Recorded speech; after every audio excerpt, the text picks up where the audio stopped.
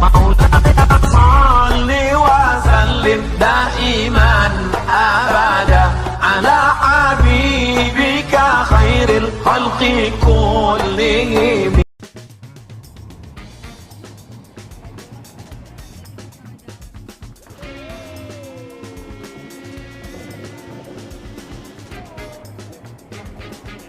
Ini dia the city that never sleeps, Las Vegas.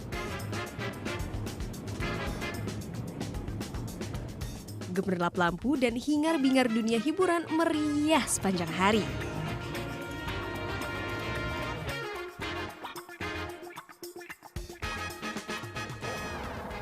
Las Vegas. Kota ini akrab dengan sebutan Sin City. Bagaimana tidak? Ini merupakan kota judi terbesar di dunia. Namun, sisi unik dari kota ini banyak komunitas agama yang tumbuh di sini. Banyak gereja, banyak masjid, dan tempat beribadah lainnya. Satu hal yang saya temukan di Vegas adalah Muslim komunitas yang kuat. Dan inilah cerita Muslim Traveler di Las Vegas.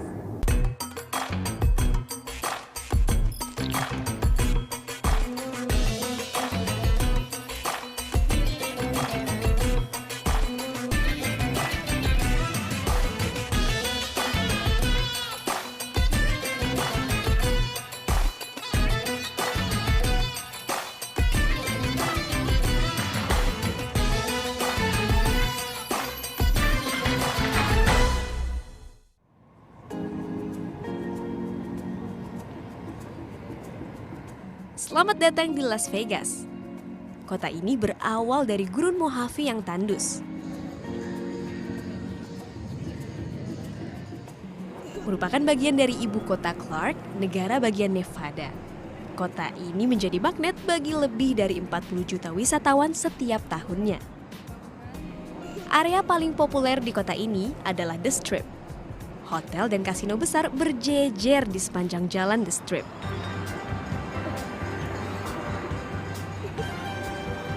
Menyusuri The Strip seakan masuk ke miniatur dunia karena banyak miniatur bangunan ciri khas sebuah negara. Seperti miniatur Menara Eiffel hingga Kerajaan Romawi. Bangunan miniatur ini merupakan bagian dari hotel-hotel besar di sini. Tujuannya jelas untuk menarik wisatawan. Tapi jauh sebelum dealer berteriak blackjack atau jackpot bagi pemutar mesin kasino yang beruntung, Las Vegas merupakan tempat perhentian dari lintasan kereta api. Pada tahun 1829, kota ini mulai dibangun. Saat itu, jalur perdagangan antara California dan New Mexico dibuka. Ketika jalur San Pedro, Los Angeles, dan Salt Lake terbentuk tahun 1905, pembangunan hotel dan kasino dimulai. Inilah cikal bakal Las Vegas menjadi kota hiburan seperti saat ini. Industri hiburan di Vegas jelas sudah mendunia. Tak bisa dipungkiri, daya tarik utama Las Vegas adalah perjudian dan hiburan malam. Dalam satu hari, putaran uang di kota ini bisa mencapai 25 juta dolar Amerika Serikat atau setara 300 miliar rupiah.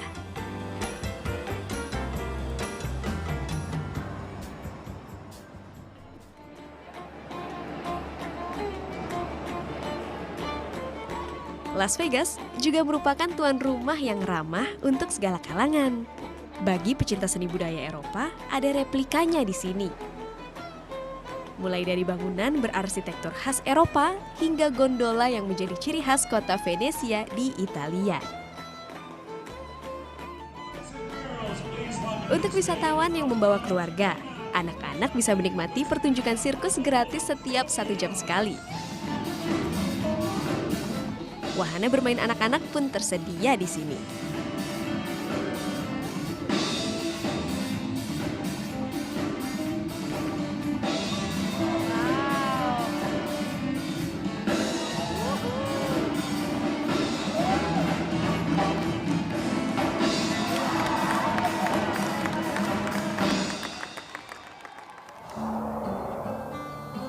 Daya tarik Las Vegas tak hanya terpusat di Vegas Strip, tapi jika kita mengarah ke sebelah barat, kita bisa menikmati keindahan alam di Red Rock Canyon.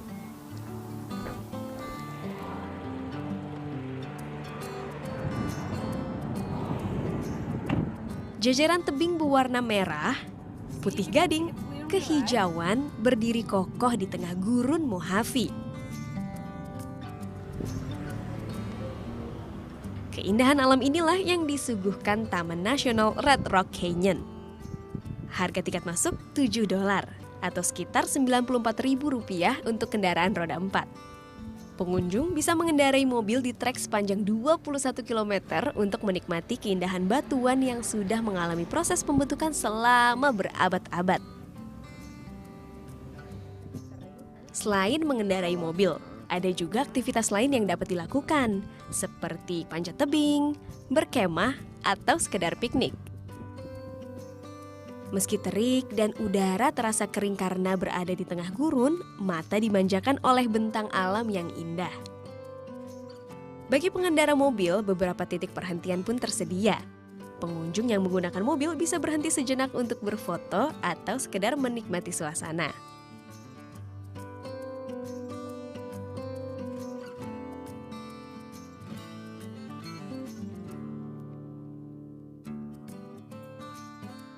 Ini merupakan titik tertinggi dari Red Rock Canyon. Dari sini kita bisa melihat hamparan gurun Mojave, batuan yang berwarna-warni, dan pemandangannya di sini menakjubkan.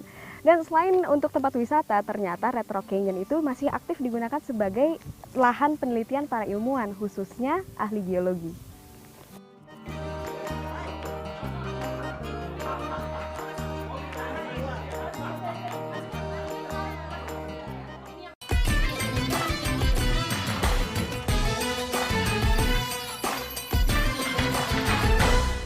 أشهد أن محمد رسول الله حي على الصلاة.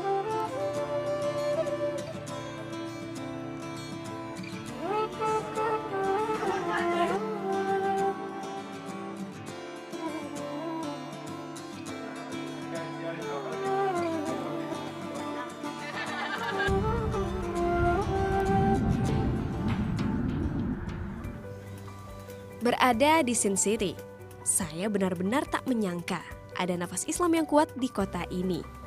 Saya mengunjungi majelis taklim yang diselenggarakan di kediaman salah satu muslim asal Indonesia. Majelis ini rutin dilaksanakan sebulan sekali. Isinya sangat kaya akan ilmu. Mulai dari pembahasan ayat-ayat suci Al-Quran hingga materi tentang akidah. Memperkaya diri dengan bekal ilmu agama ditambah suasana silaturahmi yang hangat mengobati rasa rindu saya pada tanah air. Nur, itu dari Surabaya benar kan? Bukan. Tak hanya itu, aroma hidangan khas Nusantara pun begitu menggoda. Disinilah saya bertemu dengan saudara seiman, mendengarkan kisah mereka hidup sebagai muslim dan menjalankan kewajiban seorang muslim di Las Vegas. Kisah menarik saya dapat dari Lia. Ia menetap di Las Vegas selama 16 tahun. Bersama suaminya yang merupakan seorang mualaf. Menjalankan kehidupan di kota ini merupakan tantangan bagi Lia dan suami. Tinggal di kota yang dekat dengan maksiat, tak membuat ia dan suami gentar menjalani dan melaksanakan kewajiban sebagai muslim.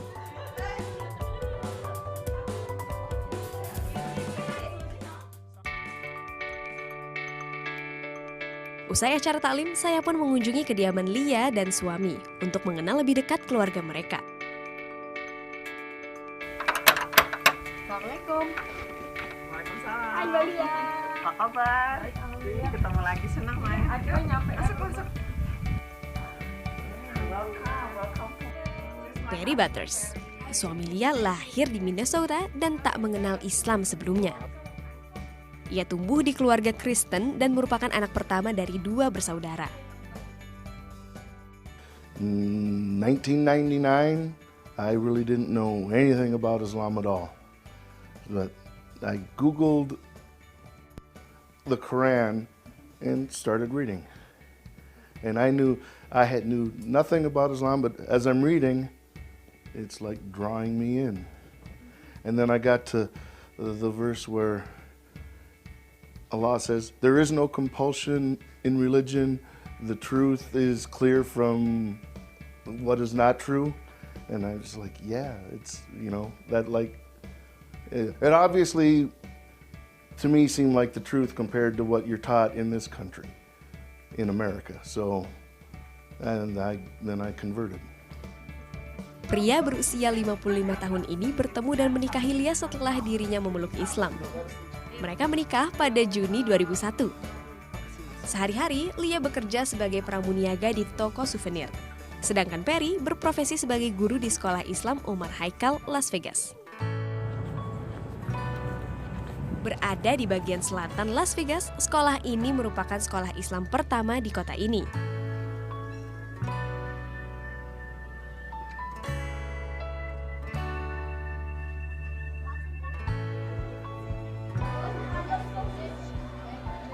Kurikulum di sekolah ini sama dengan sekolah umum lainnya, ditambah mata pelajaran agama Islam, pengkajian Al-Quran, dan bahasa Arab. Sekolah ini menampung anak-anak usia sekolah dasar hingga sekolah menengah pertama. Sebelum menjadi guru, Perry sempat bekerja di kasino dan berhenti saat ia masuk Islam. And then they started building the Islamic school. And I go, well, they're going to need Muslim teachers. So I enrolled in community college and then transferred to UNLV and got a degree. It took me like 8 years. And then I got my teaching license. And now I'm teaching. Perry merupakan satu-satunya guru muslim yang mengajar mata pelajaran umum yaitu ilmu pengetahuan alam, selain guru agama Islam, Al-Quran, dan bahasa Arab. Science class, I love it. Mr. Butters, he teaches us great things that I couldn't have learned anywhere else. His great knowledge of science is something you can't just find on Wikipedia because he just has a great internal knowledge that it just helps you a lot. I feel like it's a really good opportunity because I get to learn more about my religion and other religions too. I feel like science is a really good subject for me to learn because I want to become like a doctor one day, and I feel like doctors should know more about science than any other subjects. Rasa ingin tahu tentang kehidupan muslim di sini semakin besar. Tak jauh dari sekolah tempat Perry mengajar, ada pemakaman Islam. Kebetulan, Perry merupakan salah satu pengurus pemakaman Islam ini. Proses perizinan makam berkapasitas 115 jenazah ini juga sangat sulit. Kompleks makam ini sebenarnya sudah selesai sejak November 2016 lalu. Namun izin beroperasinya masih belum keluar hingga 6 bulan ke depan. After the construction is ready, they will put down the sign. Yeah, they're going to take this sign down. The cemetery will not even be marked, so nobody will even know what it is. It's just, you see a nice high wall there. People from outside won't even know what's there for safety reasons, because they did a few years back try to build a Las Vegas Islamic cemetery in another location, and they were building a big mosque there and everything. And somebody burned the mosque down in the middle of the night. That's crazy. And so they're just trying to, they didn't build a big building here. If you look inside the gate, you can see it's just a small building for washing the body. And they'll do the prayer just across over here where the masjid is, the janazah prayer, and then over here. Subhanallah, semua upaya dan kerja keras akhirnya membuahkan hasil. Inilah satu-satunya pemakaman muslim yang ada di Las Vegas. Hingga April 2017, baru 2 jenazah yang dimakamkan di sini. What I like to remind people of as it relates to my conversion to Islam is that Allah mentions in the Quran, count not your coming to Islam as a faith.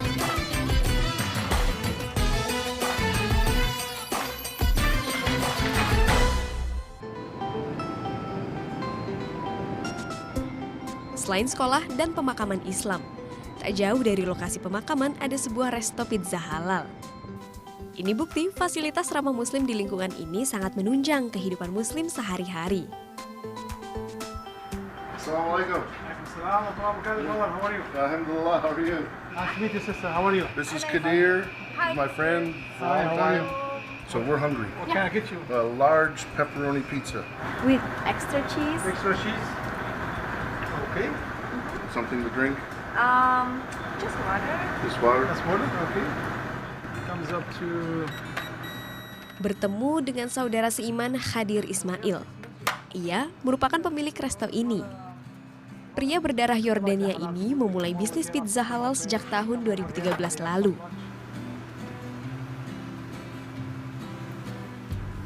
Khadir pun mengaku tidak mudah menjalankan bisnis ini karena sulit menemukan pemasok bahan baku berupa daging bersertifikat halal.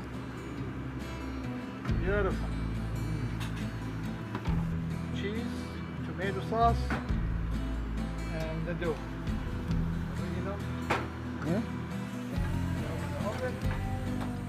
Meski begitu, Khadir tetap yakin menjalankan bisnis ini lillahi ta'ala. Menjual makanan halal, mengais rezeki di jalan yang Allah ridhoi.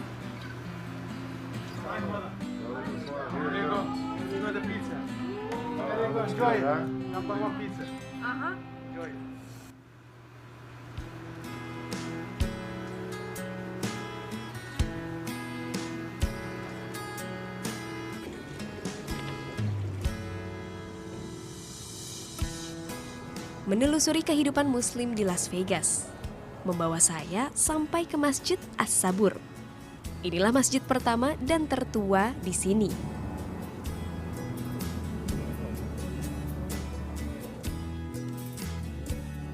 Dibangun tahun 1970, masjid ini tak hanya menjadi pionir Islam di Las Vegas, namun pusat kajian Islam di negara bagian Nevada. Menjadi pusat dakwah Islam di Nevada, masjid ini terkenal dengan beberapa program. Salah satunya menjadi taman menuntut ilmu agama melalui sekolah Islam Al-Fajr.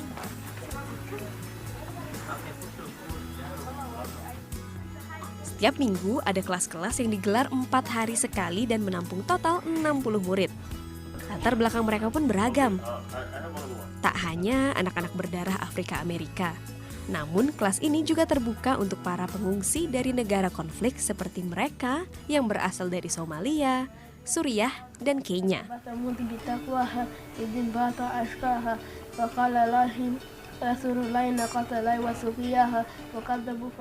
Keragaman dalam kelas menjadi tantangan sekaligus berkah bagi pengajar maupun murid-muridnya. Setiap hari mereka harus menghadapi karakter yang berbeda, dengan kemampuan bahasa Inggris yang berbeda pula, dan latar belakang mereka. Terutama anak-anak yang masih trauma dari daerah konflik. Setiap hari, materi yang diberikan pun berbeda. Ada kelas sejarah nabi-nabi, hingga kisah Rasulullah SAW. Kelas tadarus dan menghafal ayat-ayat Al-Quran hingga bahasa Arab. Anak-anak pun antusias mengikuti pelajaran yang diberikan.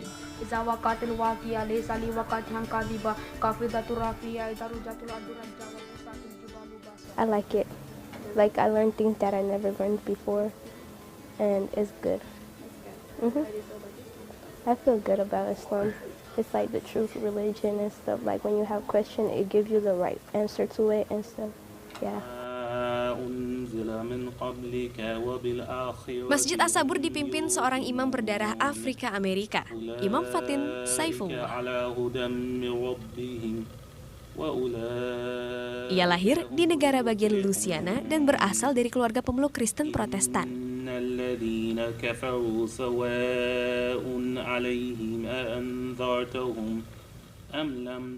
What I like to remind people of as it relates to my conversion to Islam is that Allah mentions in the Quran, count not your coming to Islam as a favor.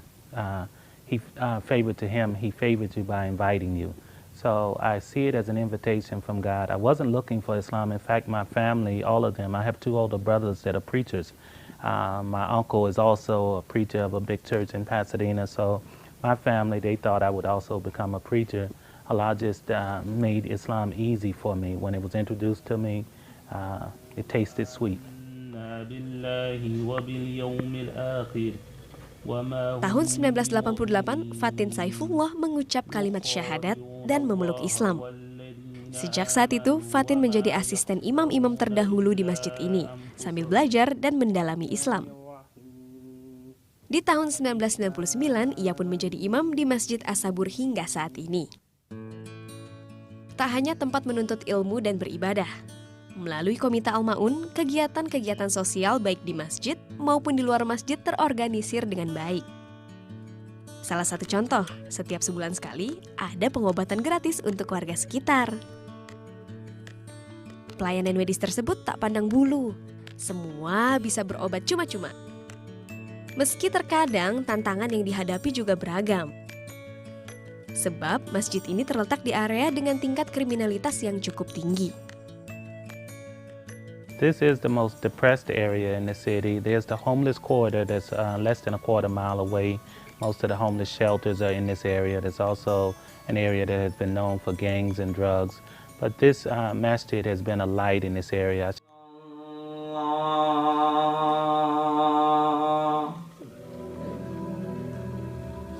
Melihat perjuangan Muslim untuk tetap teguh menegakkan agama Allah di kota ini, kota yang terkenal dengan istilah kota dosa, membuat saya terharu. Apapun rintangannya, selalu ada jalan. Sebagaimana janji Allah untuk orang-orang yang menolong agama Allah dalam surat Muhammad ayat 7. Hai orang-orang mukmin, jika kau menolong agama Allah, niscaya Dia akan menolong dan meneguhkan kedudukanmu.